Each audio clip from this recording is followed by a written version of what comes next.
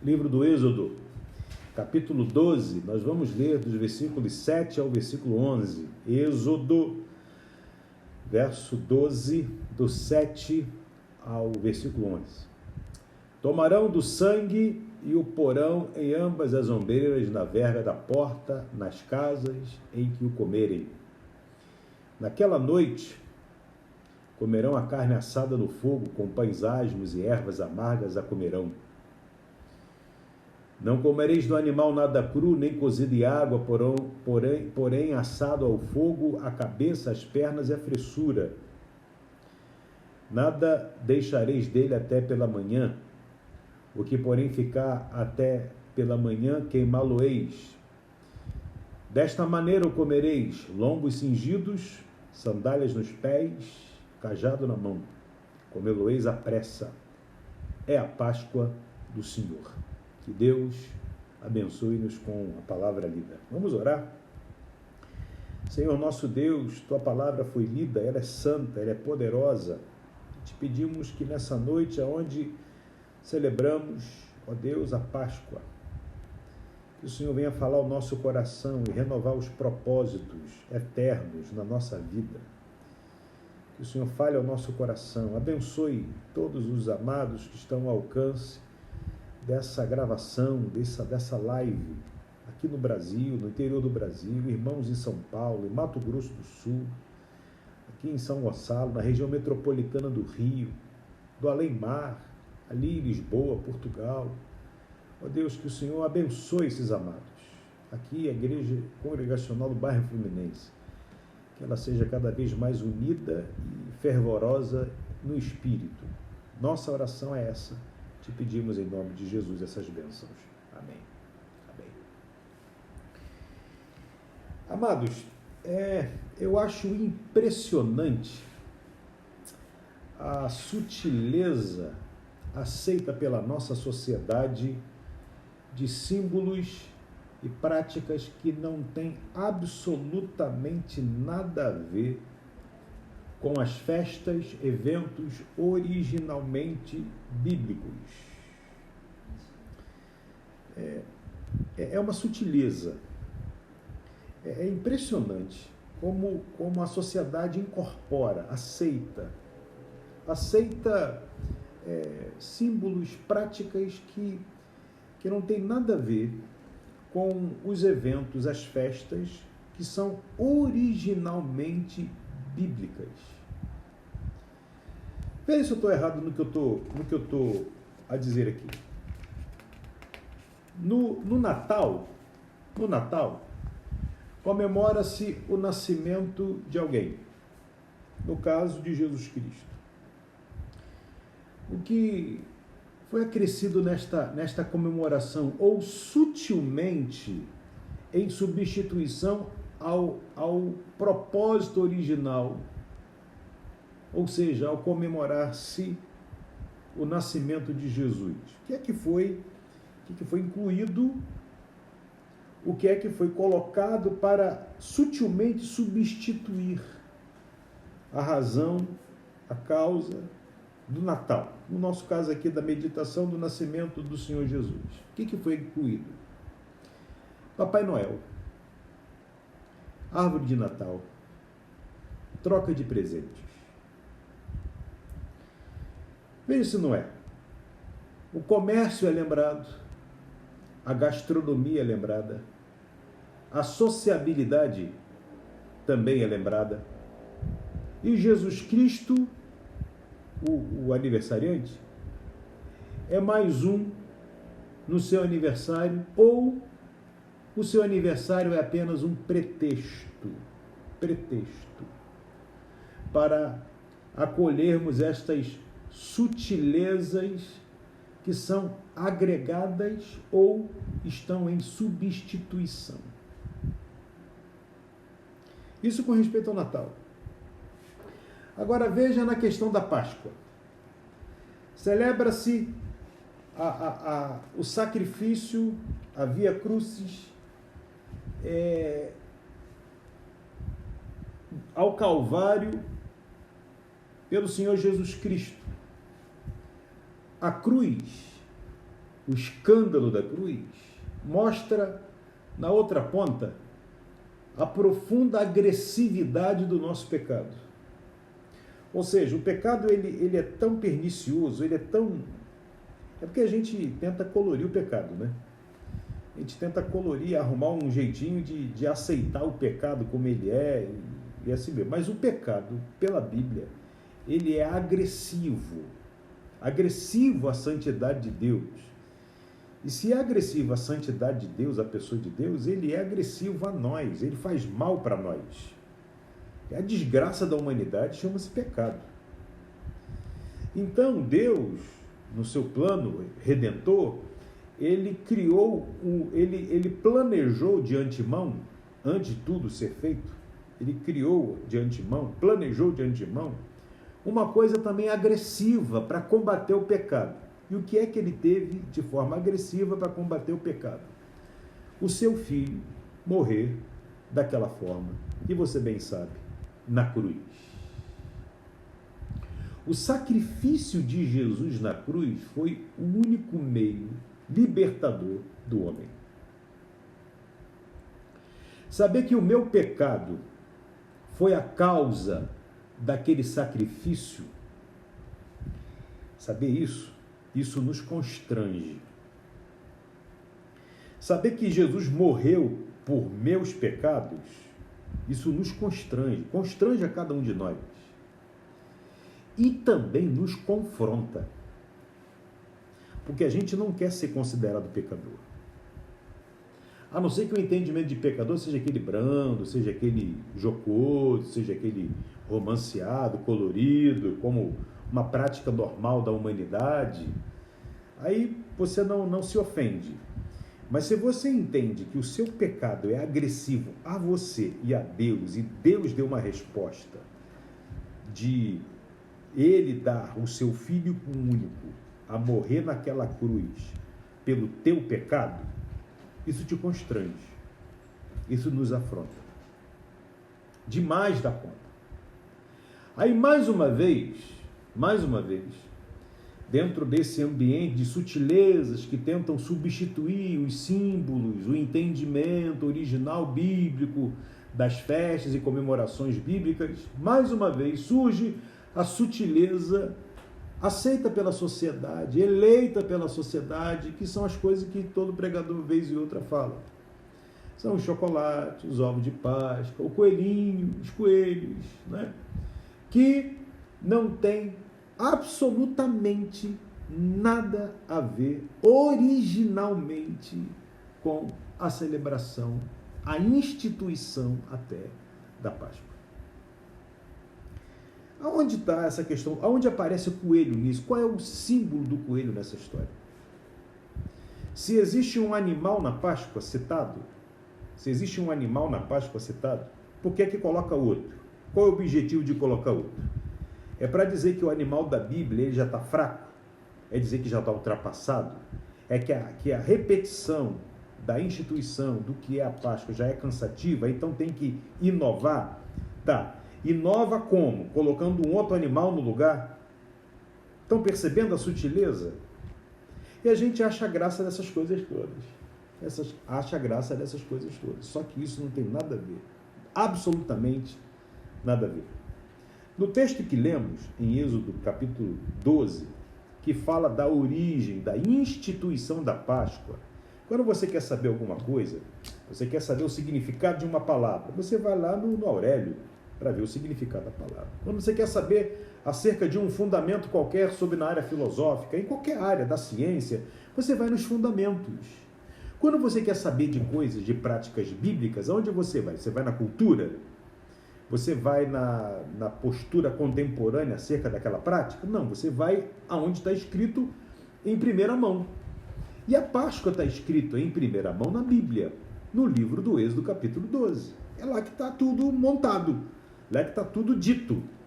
Então a gente precisa estar atento a essas coisas, senão nós vamos vulgarizar as práticas bíblicas, nós vamos acolher as sutilezas mundanas e a gente vai se distanciando do espírito que o Senhor quer promover na vida da gente. E aí hoje, nessa noite, a gente quer trazer algum pensamento sobre o que encontramos na primeira Páscoa, que serve-nos de lição ainda hoje para cada um de nós. Em primeiro lugar, tome nota disso, em primeiro lugar, a Páscoa foi uma determinação de Deus e não uma invenção do comércio e nem dos homens. O texto no versículo de número 1 diz: disse o Senhor a Moisés e Arão na terra do Egito. Foi o Senhor que levantou essa questão. Foi o Senhor quem falou. Foi o Senhor que iniciou essa história. Foi Ele que começou a ditar o que deveria ser feito e o que não deveria ser feito e o que seria cada uma das coisas relacionadas à Páscoa. Foi Ele quem determinou. Ele que iniciou essa história. Não é de invenção humana, não é de invenção do comércio para lucrar. Não. Deus estabeleceu isso. Deus determinou isso. Temos que, em primeira mão, se não aceitarmos que Deus foi a pessoa que determinou, que estabeleceu a Páscoa, não adianta nada nós ouvirmos o restante dessa pregação. Se você não aceita, não acolhe no seu coração a Bíblia como a única regra de fé e prática, não adianta nada eu ficar aqui me esgoelando de falar e de mostrar para você, se você não crê que foi Deus quem determinou, e se você também não crê que a Bíblia é a palavra de Deus. Simplesmente isso. Se você não crê que a Bíblia é a palavra de Deus, e também se você não crê que Deus foi quem falou e quem estabeleceu a Páscoa, não adianta nada, você continua com o seu ovo de chocolate, você continua com as suas práticas e acréscimos outros comerciais, interesseiros, seja lá o que for, e vai seguindo. Lá no final, você vai saber se você estava certo ou se você estava errado. Lá no final. Então, Deus é quem determinou, em primeiríssimo lugar. Em segundo lugar, foi uma fala de Deus, uma determinação de Deus para livramento de Deus ao seu povo. A Páscoa tem junto dela a questão da redenção, da libertação do povo dele. Veja no versículo de número 3, que está aí, ó. Falai a toda a congregação de Israel, dizendo: aos 10 deste mês, cada um tomará para si um cordeiro, segundo a casa dos pais, um cordeiro para cada família. Ou seja, Deus está preocupado com as famílias, Deus está preocupado com o seu povo. Deus está preocupado com a sua vida, Deus está preocupado com a sua casa, Deus está preocupado com o seu povo. A Páscoa foi determinada para a libertação do seu povo.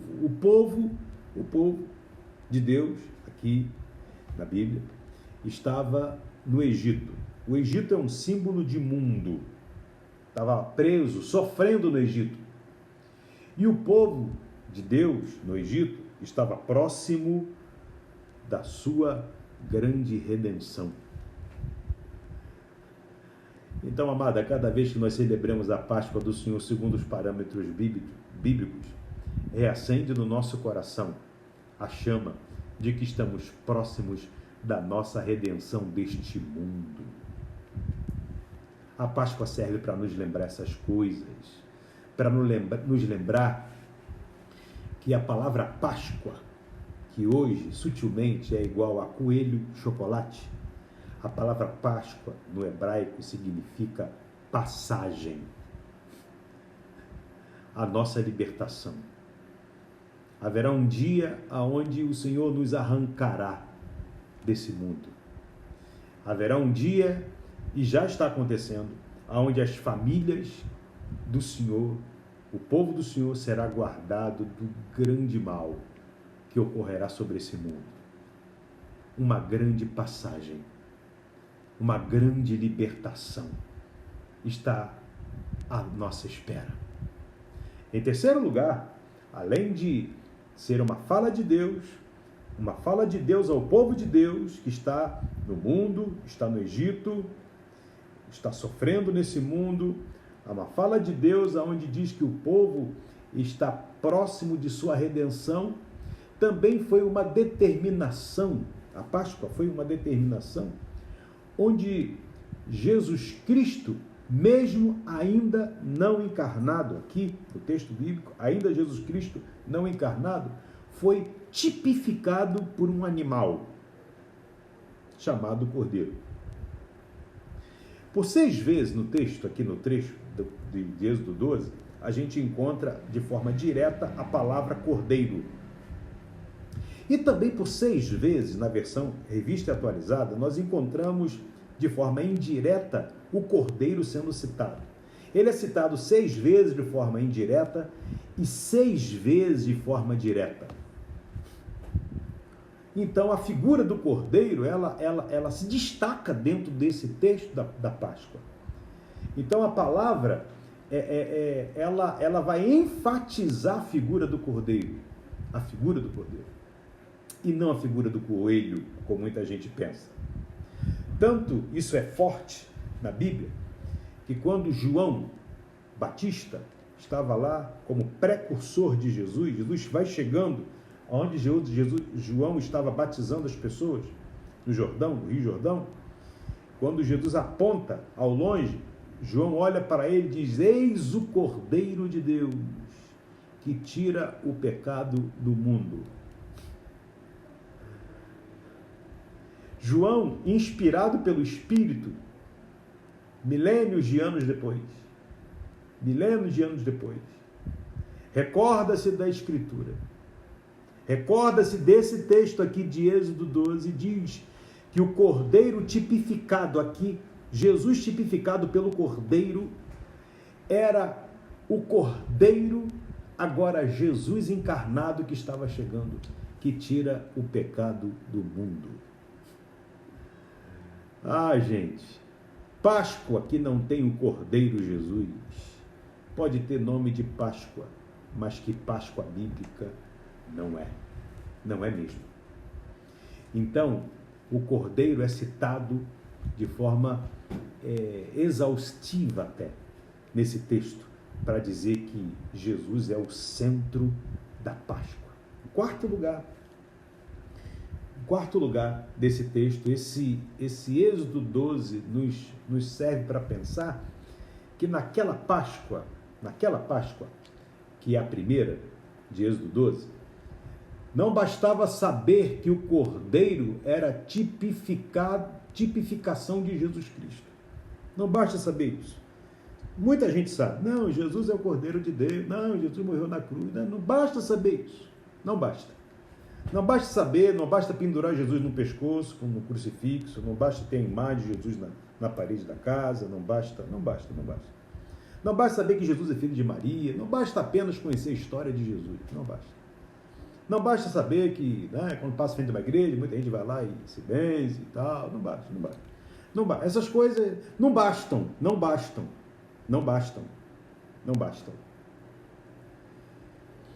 Mas tão importante é saber que Jesus Cristo é o Cordeiro, tão importante também é se relacionar com esse Cordeiro. Saber que ele existe, saber que o Cordeiro tipificava Jesus Cristo, isso é bom saber. Mas também é bom saber, e muito importante saber, sobre o seu relacionamento com esse Cordeiro, chamado Jesus. Saber que esse Cordeiro deve ser sem defeito. Jesus não teve pecado. O texto fala, o Cordeiro, verso 5, será sem defeito. Macho de 1 ano, está dizendo o seguinte, que ele foi escolhido e que ele foi o melhor. Deus deu o seu melhor para nós, Jesus. Ele é o Cordeiro. A sua seleção desse Cordeiro levava 4 dias, segundo o texto bíblico. 4 dias.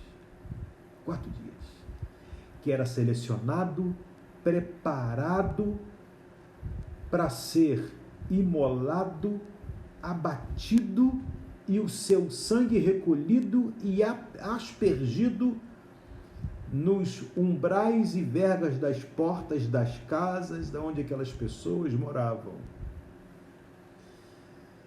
Saber que Jesus foi o escolhido Saber que Jesus foi escolhido no melhor tempo, o cordeiro aqui, 1 ano, é o melhor tempo dele. Isso leva-nos a entender da melhor fase de ser consumido. Uma carne de carneiro tem um valor, a carne de um cordeiro de 1 ano tem outro valor, outro sabor, tem outro preço. É melhor, é mais caro, é mais valioso. E ele foi escolhido. O cordeiro foi escolhido para ser imolado no 4º dia aqui. 4 dias de preparo, de seleção, 4 dias para ser imolado, para ser abatido e ter o seu sangue recolhido e aspergido nos umbrais e nas vergas das portas daquelas casas, das casas que acreditavam na eficácia daquele sangue. Nas casas que acreditavam na determinação de Deus que deu aquela ideia. Pensar no relacionamento com o Cordeiro é pensar efetivamente na Páscoa. E qual é a relação a mais que podemos pensar sobre isso? Com a relação pessoal com o Cordeiro, ela não deve ter atalhos. O versículo 8 diz: naquela noite comerão a carne assada no fogo com os pães asmos, ervas amargas, e a comerão. Não comereis do animal nada cru, nem cozido em água, porém assado ao fogo, a cabeça, as pernas e a fressura. O cordeiro era selecionado, o cordeiro era sem defeito, era de 1 ano, da melhor idade. O cordeiro era separado, preparado, era abatido, o seu sangue aspergido, colocado nos umbrais da porta, mas a relação pessoal com esse cordeiro continuava. Havia necessidade de se comer do cordeiro, comer da carne do cordeiro. E para isto, nesse relacionamento, eu quero trazer para a ideia do relacionamento, para esse relacionamento, não podemos ter atalhos e nem facilidades. Não se deveria comer do cordeiro nada cru, carne molinha. Não poderia comer do cordeiro nada cozido em água. Deveria ser assado no fogo. Havia uma forma de se relacionar, assado no forno. E observe, 3 coisas deveriam ser comidas do cordeiro: a cabeça, as pernas e a fressura. Você comer a cabeça assada no forno, o que você tem lá da cabeça para comer? Você tem couro e osso. Comer da perna do cordeiro, talvez a sugestão bíblica seja da parte que tem nervos e pele. Nervos e pele.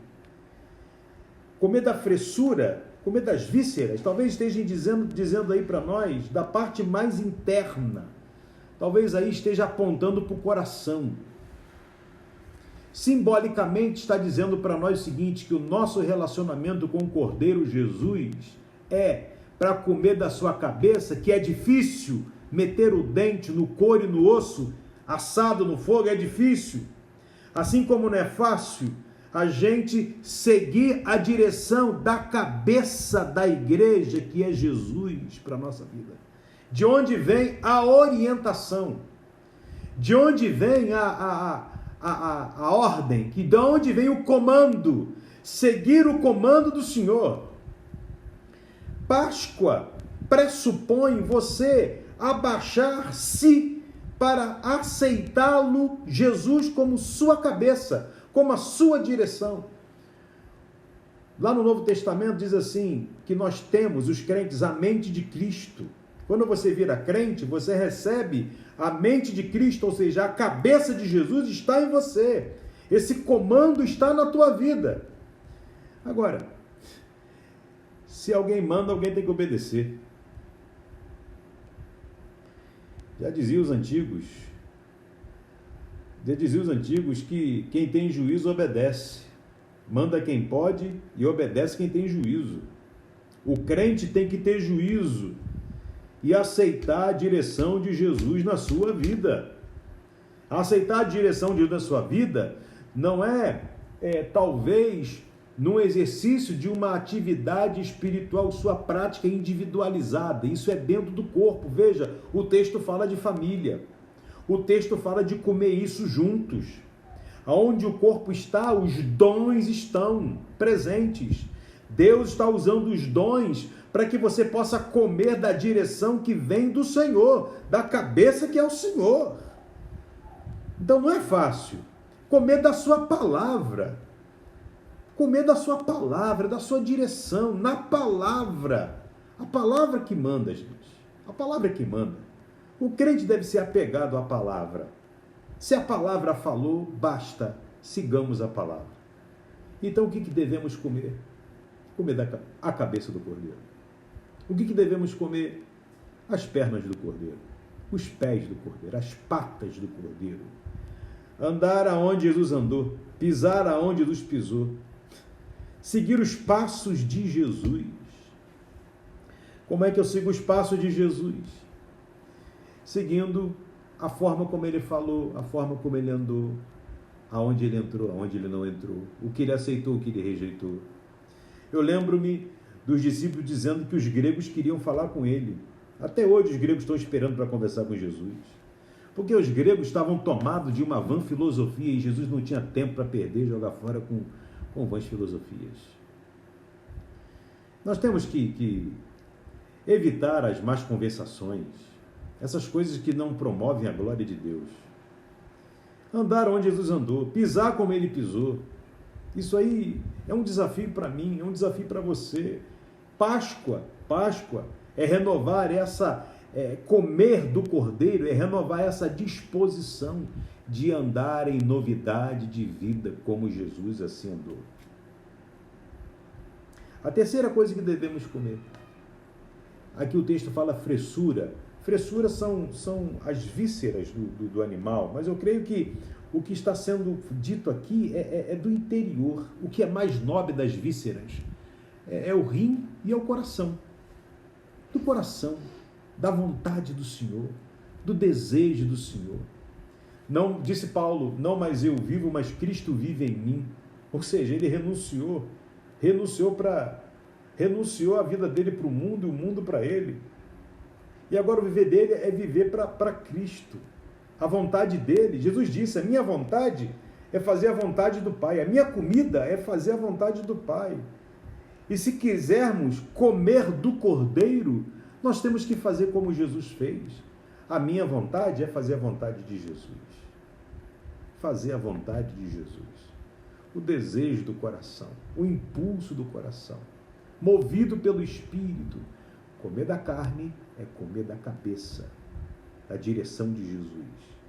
É andar nos passos de Jesus e é ser impulsionado pela vontade de Jesus na sua vida. Páscoa está sendo dita aqui que é isso. Mas tem os seus acompanhantes, né? Não é só o cordeiro. Tem mais 2 ingredientes aqui. 2 ingredientes e um comportamento. O ingrediente a mais que o Senhor fala aqui, no verso 8, são os pães asmos e as ervas amargas. Ou seja, o Senhor já está orientando que a Páscoa deve ser celebrada sem misturas. Pães asmos é pães sem fermento. Jesus falou do fermento de Herodes. Jesus falou do fermento do mundo. Jesus falou do fermento dos fariseus. E o pão não tem que ter fermento. O pão não tem que ter mistura, influência externa. Quando você pega símbolos externos e tenta incluir dentro daquilo que é separado para Deus, nós estamos contrariando o que Deus está dizendo. Ele falou que na Páscoa tem uma coisa acrescida além do cordeiro. Tem o pão sem mistura. Não deve haver misturas. Temos que zelar por isso. Não podemos nos inclinar para o fermento dos fariseus, que é a hipocrisia. Não devemos nos inclinar para o fermento de Herodes, que é o mundanismo. Não. A fé vence o mundo. A fé bíblica livra-nos de sermos atores que representam uma espiritualidade que às vezes nós não temos. E se quisermos ser diante de Deus alguma coisa agradável, Ele que sabe quem somos.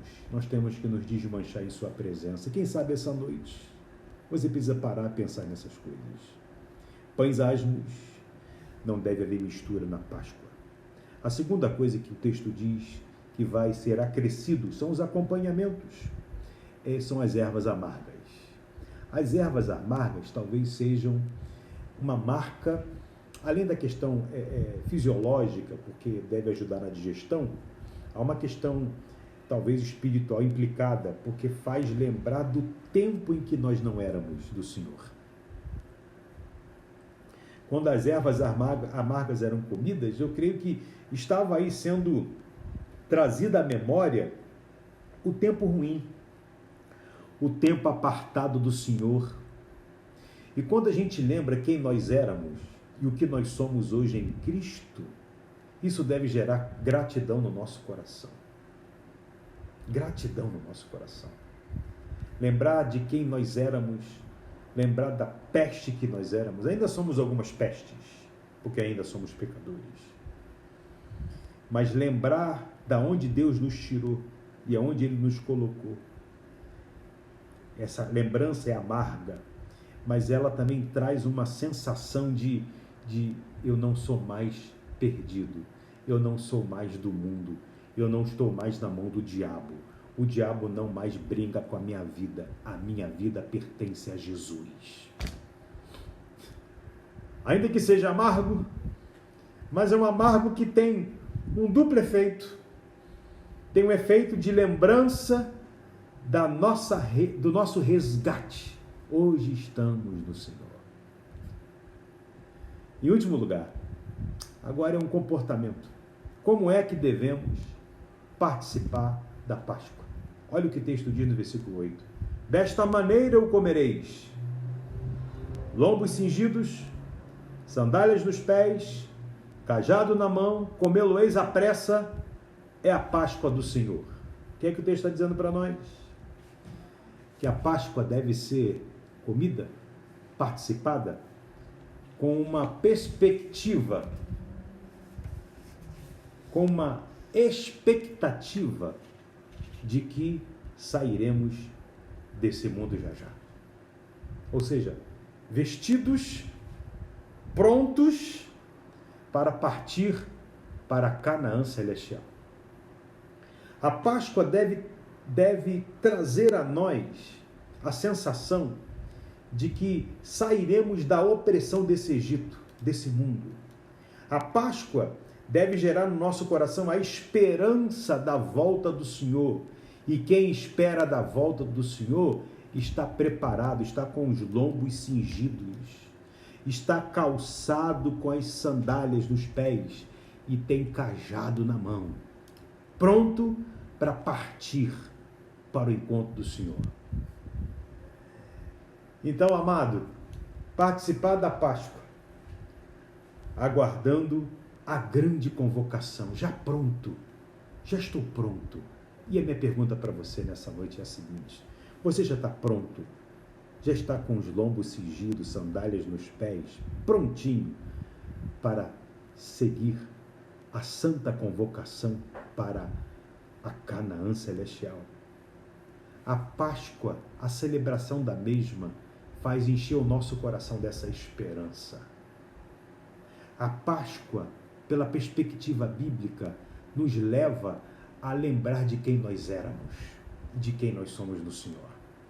A Páscoa, pelo princípio bíblico aqui apresentado, nos leva a pensar que nós não precisamos de misturas, porque ela constituída tem todos os ingredientes necessários.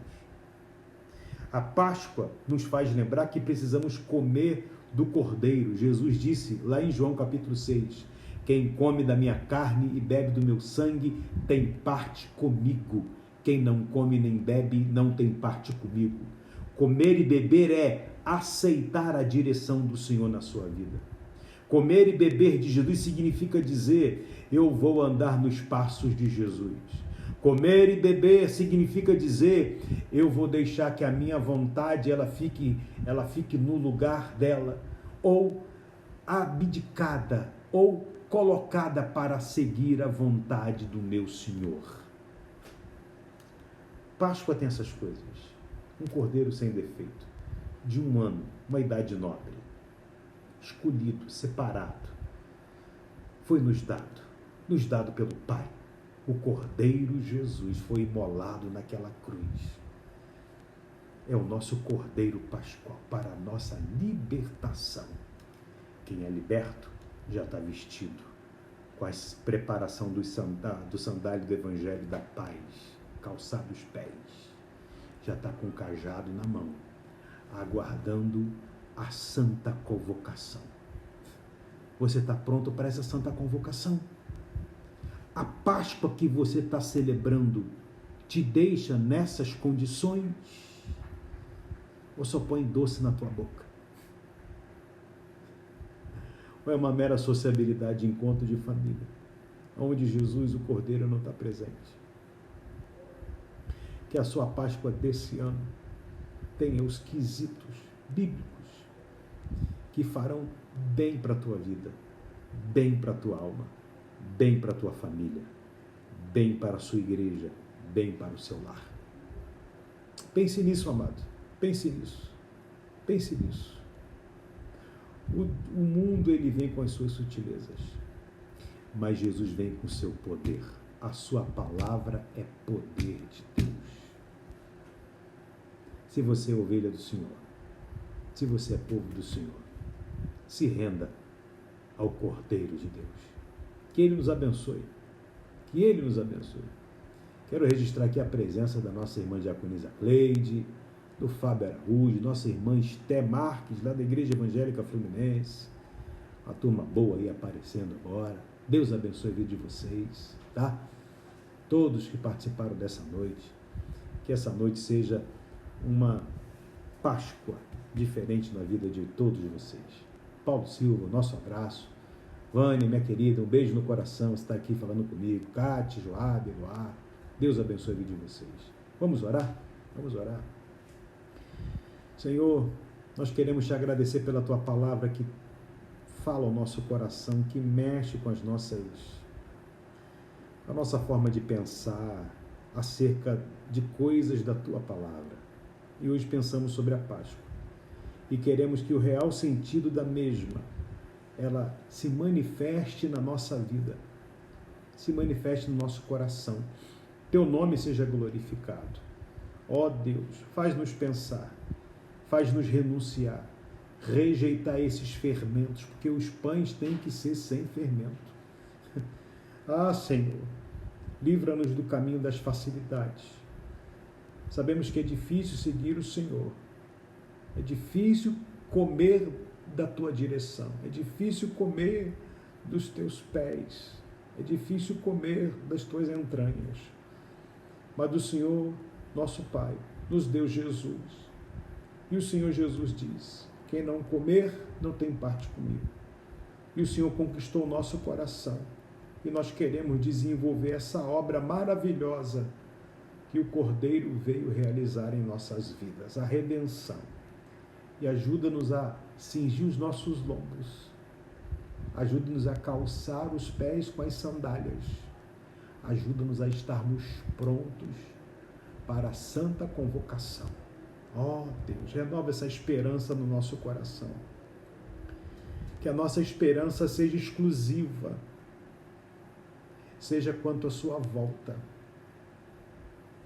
Pois a tua palavra diz: se a nossa vida se limitar a esta vida, somos mais infelizes dos homens. E há tanta gente infeliz, porque não tem o Senhor como a esperança. E nós te pedimos, Espírito Santo, promova a esperança real no coração dos nossos irmãos, dos que estão ao encontro agora desse vídeo. É a nossa oração com gratidão, em nome de Jesus. Amém. Deus abençoe, amado. Manu, sobrinha Laura, Deus abençoe a turma toda. Rosane, Patrícia, cadê você, Patrícia? Patrícia, cadê minhas bonequinhas? Estão bem?